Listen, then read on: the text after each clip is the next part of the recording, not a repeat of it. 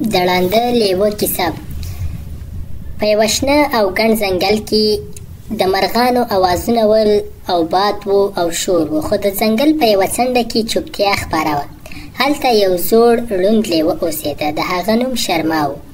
شرما له د کوچنیوالي پر مهال باندې د ښکاري خلکو لخوا په ټوپک ویشتل سوی و او سترګې یې ړندې وې.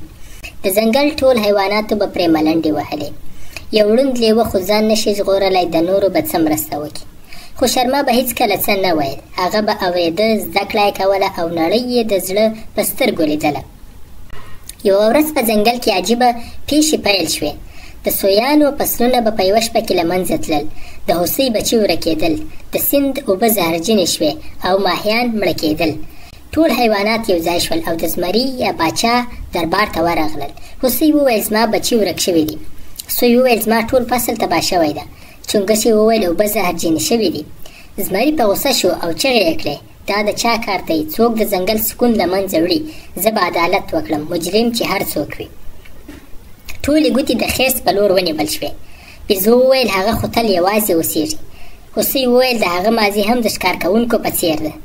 او ګیدړې وویل موږ هغه شپه د سیند څنګ ته لیدلی و.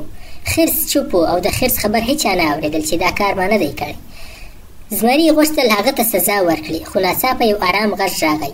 ته غلطه پرېکړه کوې. ټول چوپ شول. زمري وویل شرما ته خو ړوند یې، ته څه پوهېږې؟ شرما ورو ورو وړاندې راغی او ویې ویل هو زما سترګې ړندې دي، خو زړه مې ویني.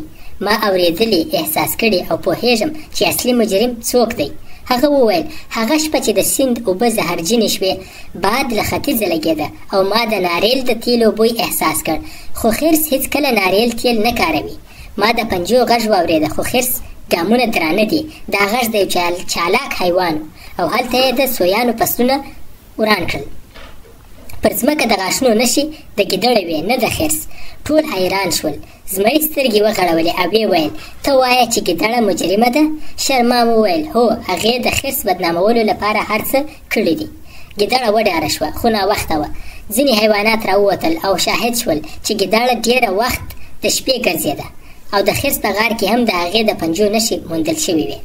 زمري په غوسه وویل ای ګیدړې، تا د ځنګل یووالی مات کړ او پر بېګناه دې تور ولګاوه.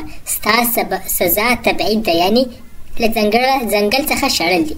او ګیدړه یې له ځنګل څخه وشړل. خرس ته یې بخښنه وکړل او شرما ته د زړه لیدونکي او د زړه د سترګو لومړی بنا لقب ورکړل شو. هغه د دربار مشاور وټاکل شو. ځنګل ته بیا سکون راغی. مرغانو سندرې وویلې او اوبه بیا رڼې شوې. نو مطلب دا چې ظاهري بڼه دوکه ورکولی شي، خو زړه هیڅکله نه خطا کیږي.